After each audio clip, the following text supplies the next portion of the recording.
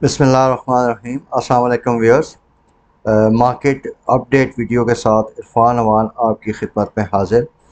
तो पिछले चंद दिनों से हम देख रहे हैं कि मार्केट में बड़ा लैक लस्टर परफॉर्मेंस आ रही है और बिल्कुल मार्केट से इन्वेस्टर्स का इंटरेस्ट ख़त्म होता हुआ नज़र आ रहा है और वॉल्यूम्स भी कम है और उसके साथ साथ इंडेक्स बहुत नैरो रेंज में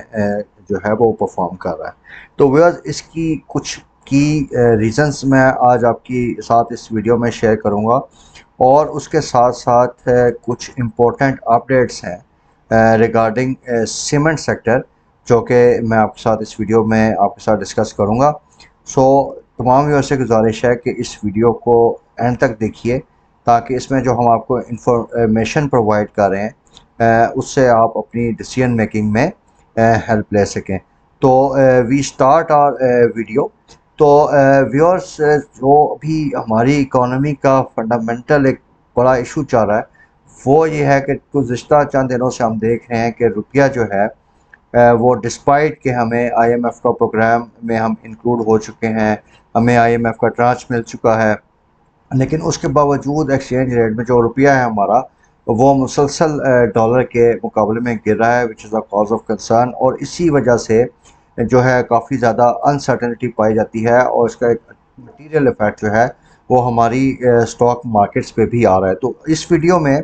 मैं आपके साथ इन डिटेल डिस्कस करूंगा कि क्या की रीज़न्स हैं जिनकी वजह से डिस्पाइट हैविंग आईएमएफ प्रोग्राम हमारी जो है वो करेंसी मुसलसल यूएस डॉलर के मुकाबले में कमज़ोर हो रही है। तो व्यूअर्स, आज के दिन में भी अगर हम देखें तो आज जो इंटर बैंक मार्केट क्लोजिंग हुई है उसमें रुपये ने तकरीबन डॉलर के अगेंस्ट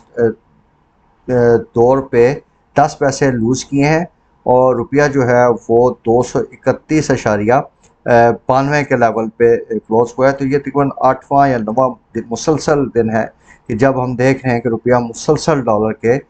मुकाबले में गिर रहा है। तो अभी इसकी ज़रा रीज़न्स डिस्कस कर लेते हैं व्यूअर्स कि व्हाट आर द रीज़न्स जिनकी वजह से हमारी जो करेंसी है वो इतना प्रेशर में आ रही है। तो व्यूअर्स, सबसे पहले जैसा अभी मैंने आपके साथ डिस्कस किया कि तकरीबन 10 या 12% की चंद दिनों में हम गिरावट देख चुके हैं रुपए में। और बेसिकली इसकी जो रीज़न ये है कि पहले ही हमारा जो है वो फॉरेक्स साइड पे काफ़ी इश्यूज थे, लेकिन जो अभी रिसेंट फ्लड्स आए हैं और इन फ्लड्स के आने की वजह से हमारी जो डिमांड है वो इंक्रीज़ हो रही है, डिमांड फॉर इम्पोर्ट्स। और इम्पोर्ट्स की डिमांड बढ़ने से, इम्पोर्ट्स बढ़ने से हमारी जो है वो डिमांड्स जो ज़्यादा हमें इंपोर्ट करनी पड़ रही हैं, तो उसके मुकाबले में कंपनी जो हमारा मुल्क है उसके पास इतने डॉलर्स नहीं है to meet up with that increasing import demand. तो इसी वजह से व्यूअर्स, ये जो मेन हमारी डिमांड इंक्रीज़ हो रही है इसका मेन रीज़न, जैसा कि मैंने आपसे डिस्कस किया, वो सवियर फ्लड्स हैं। इसमें तकरीबन अभी तक जो एस्टिमेटेड लॉसेस आए हैं वो 18 बिलियन यूएस डॉलर्स के हैं और उसमें जो फर्स्ट हिट एरिया है वो हमारा एग्रीकल्चर सेक्टर है। तो व्यूअर्स, जिस तरह के हमारी टेक्सटाइल एक्सपोर्ट्स में कॉटन जो है वो एक मेजर इनपुट होता है, तो इट इज़ एस्टिमेटेड कि पाकिस्तान को तकरीबन 2 अरब डॉलर की एडिशनल कॉटन इंपोर्ट करने पड़ेगी इस फिजिकल ईयर में in order to meet the textile demand. तो अब इसका आप ज़रा इफ़ेक्ट देखिए। इसका एक तरफ तो हमारी इंपोर्ट्स बढ़ी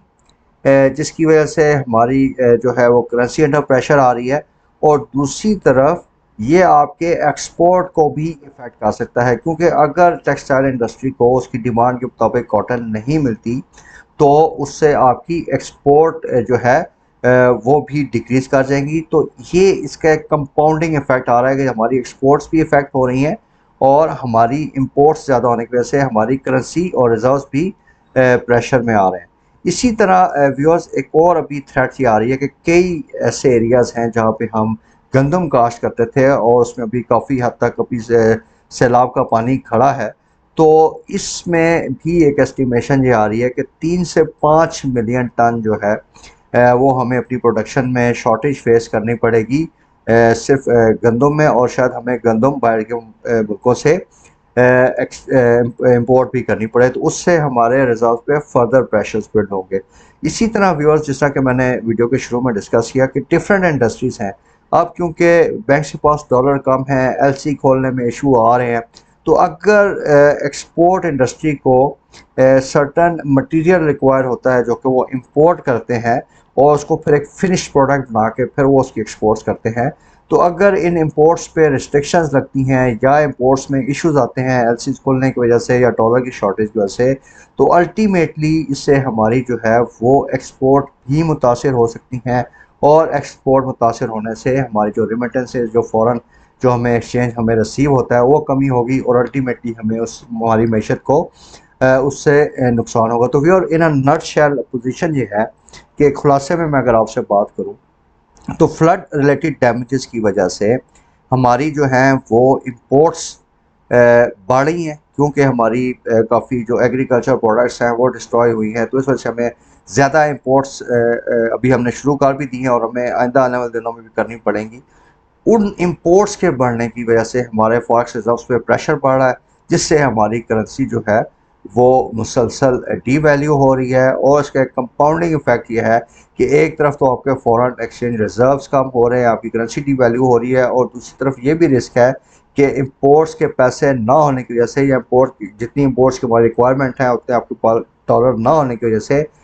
जो इनपुट्स हैं वो आपकी कम रिसीव होंगी, और उससे आपकी एक्सपोर्ट्स भी कम हो सकती हैं, और एक्सपोर्ट कम होने से वंस अगेन आपके फॉरेन एक्सचेंज पे प्रेशर पड़ सकता है। तो ये कंपाउंडिंग इफेक्ट आ रहा है और it's a major cause of concern. तो इसमें द गवर्नमेंट इज ट्राइंग के आईएमएफ से ये कोई फर्दर पैकेज निगोशिएट करें या हमें कोई फॉरेन एड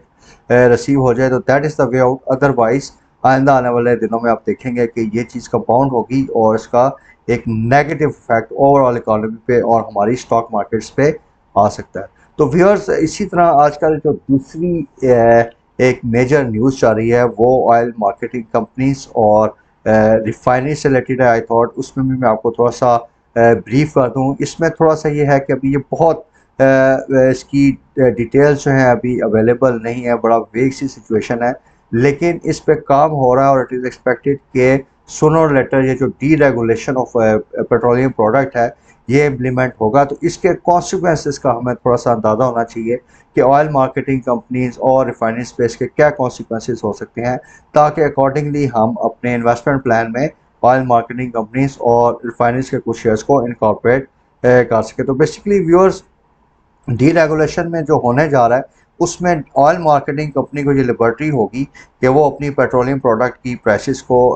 फिक्स करें। इसमें एक मार्केट में कंपटीशन का जो है वो एनवायरनमेंट बनेगा, और ऑयल मार्केटिंग कंपनीज की जितनी भी कॉस्ट आती हैं या फॉरेन एक्सचेंज लॉसेस आते हैं उस सब को इनकॉर्पोरेट करके अपनी प्राइसेस में ट्रांसलेट करेंगे और एक अपनी प्राइसेस को सेट कर सकते हैं। तो व्यूअर्स, अभी जो करंट रिजीम है जिसमें इनका ऑयल मार्केटिंग कंपनीज का फिक्स्ड मार्जिन है, तो उसमें तकरीबन इनका पर लीटर मार्जिन जो है वो ₹3.60 से लेके ₹3.70 तक बनता है, और after D regulation it is expected कि ये जो मार्जिन है वो तकरीबन ₹6 पर लीटर से इंक्रीज़ हो जाएगा। तो इट इज़ एविडेंट कि जैसे ही अगर डी रेगुलेशन इम्प्लीमेंट होती है तो it is very good for the oil marketing companies, क्योंकि इससे इनके मार्जिन्स जो हैं वो बढ़ेंगे, और जब मार्जिन्स बढ़ेंगे तो इनकी जो प्रॉफिटेबिलिटी है उसमें एक पॉजिटिव इफेक्ट आएगा। इसी तरह भी अगर हम रिफाइनरी सेक्टर पे थोड़ा सा देखें, तो रिफाइनरी सेक्टर्स में बेसिकली एक तो हम अपनी लोकल जो हमारी ऑयल की जो प्रोडक्शन है उस पर रिलाई कर लेते हैं, फिर उसके साथ साथ कुछ हम इंपोर्ट्स करते हैं। तो जिस तरह अभी रिफाइनरीज हैं वो प्रोड्यूस करती हैं यूरो 2 कंपैटिबल प्रोडक्ट्स, और ये ख़ास तौर पे अटक रिफाइनरी जो है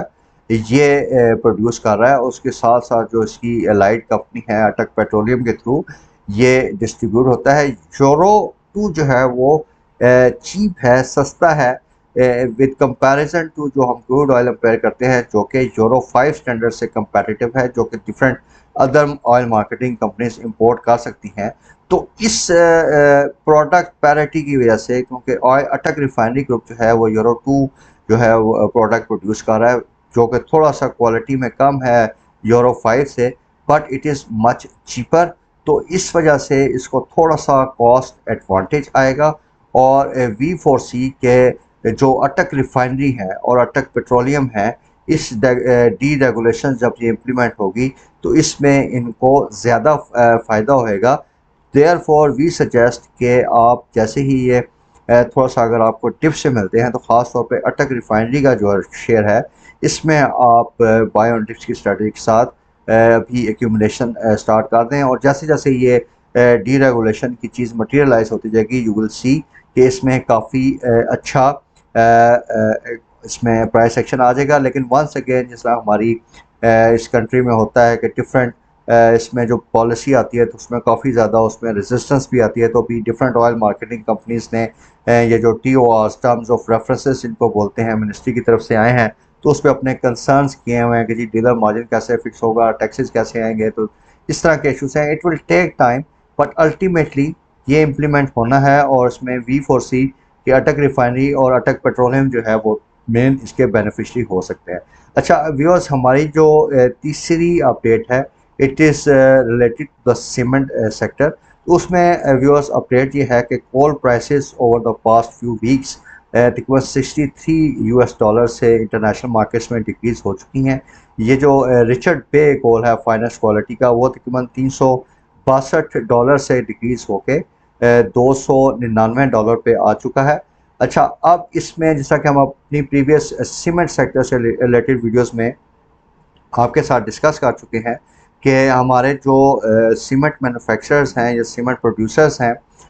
उन्होंने अपनी कोल की जो रिलायंस है वो ज़्यादातर कर दी है to imports from Afghanistan, Iran and Tajikistan. तो अब क्योंकि इंटरनेशनल मार्केट में कोल की प्राइसेस काफ़ी कम हो रही हैं, तो इट इज़ एक्सपेक्टेड कि जो अफगान कोल है या ईरानियन कोल है या ताजिक कोल है उसकी भी प्राइसेस कम होंगी, और इन प्राइसेस कम होने का वजह से इनके जो मार्जिन्स हैं सीमेंट सेक्टर के वो काफ़ी बेहतर हो सकते हैं। तो इसके साथ साथ वो जैसा कि हमने प्रीवियस वीडियोस में आपके साथ डिस्कस किया था कि इन फ्लड रिलेटेड डैमेजेस की वजह से जो इंफ्रास्ट्रक्चर का लॉस हुआ है, रोड्स डिस्ट्रॉय हुई हैं, ब्रिजेस डिस्ट्रॉय हुए हैं, कुछ हाउसेस हैं जो कि पार्शली या फुली डिस्ट्रॉय हुए हैं। तो अब जब इनकी रिकन्स्ट्रक्शन एक्टिविटी शुरू होगी तो इसमें सीमेंट की जो डिमांड है उसमें हम एक इंक्रीज़ एक्सपेक्ट कर रहे हैं। थोड़ा सा नो डाउट कि नॉमिनल इंक्रीज होगी ओवरऑल इंडस्ट्री में, वो 2-3% का मैंने आपको बताया था, लेकिन even then it is expected कि इनकी डिमांड थोड़ी बेहतर होगी, और इस डिमांड बेहतर होने की वजह से इनकी सेल्स बढ़ेंगी और अल्टीमेटली इनकी प्रॉफिटेबिलिटी बढ़ सकती है। तो we maintain buy stance on cement sector, जिसमें DG खान सीमेंट है, उसमें आप पायनियर सीमेंट देख सकते हैं, कोहाट सीमेंट देख सकते हैं, फौजी सीमेंट का हमने आपको बताया हुआ है, फ्लाइंग सीमेंट की शायद एक प्लांट की न्यूज़ है, और चिराट सीमेंट इसमें अच्छा लग रहा है। तो वो हमने डिफरेंट वीडियोस में इनके डिफरेंट लेवल्स आपके साथ डिस्कस किए हुए हैं, तो आप मेरी उन प्रीवियस वीडियोस को रेफ़र कर सकते हैं। तो once again at these levels we foresee के सीमेंट सेक्टर भी यहाँ से बेहतर परफॉर्म कर सकता है। इस तरह मैंने आपको IT सेक्टर का पिछली वीडियोस में बताया था, तो आपने देखा कि पिछले चंद दिनों में TRG में हमने बड़ा अच्छा प्राइस एक्शन देखा है। तो IT sector is also good, क्योंकि जो रुपया है वो डॉलर के मुकाबले कमज़ोर हो रहा है, और जो एक्सपोर्ट प्रोसीड्स हैं IT कंपनीज के वो इसमें थोड़ा सा इंक्रीज़ हो जाते हैं। तो that's it from my side. इस वीडियो में हमने ट्राई किया कि जो मार्केट से रिलेटेड कुछ मेन फैक्टर्स हैं जो कि मार्केट परफॉर्मेंस को अफेक्ट कर रहे हैं वो आपके साथ डिस्कस करें। उसके बाद कुछ मार्केट में जो सीमेंट सेक्टर और OMC सेक्टर्स या रिफाइनरीज में कुछ अपॉर्चुनिटीज़ नज़र आ रही हैं, वो आपके साथ डिस्कस हो जाएं, ताकि इन नीचे के लेवल्स में आप एक बेहतर जो है इन्वेस्टमेंट डिसीजन मेकिंग कर सकें। तो आई होप इस वीडियो में जो इन्फॉर्मेशन हमने आपको प्रोवाइड की है ये आपके लिए बेनिफिशियल होगी। अगर आपको इसमें कोई फर्दर क्लैरिफिकेशन चाहिए या आपकी कोई फर्दर क्यूरीज हो तो प्लीज़ डू कॉन्टैक्ट मी। मेरे यूट्यूब चैनल पे मेरा व्हाट्सएप नंबर अवेलेबल है, आप इस पर मेरे से कांटेक्ट कर सकते हैं। इस वीडियो के एंड में भी मैं आपके साथ अपना इस वीडियो की डिस्क्रिप्शन में भी अपना व्हाट्सएप नंबर शेयर कर दूंगा। तो please do feel free to contact me अगर आपकी कोई क्यूरीज हैं। So viewers, thank you very much for your time. अल्लाह हाफ़िज़।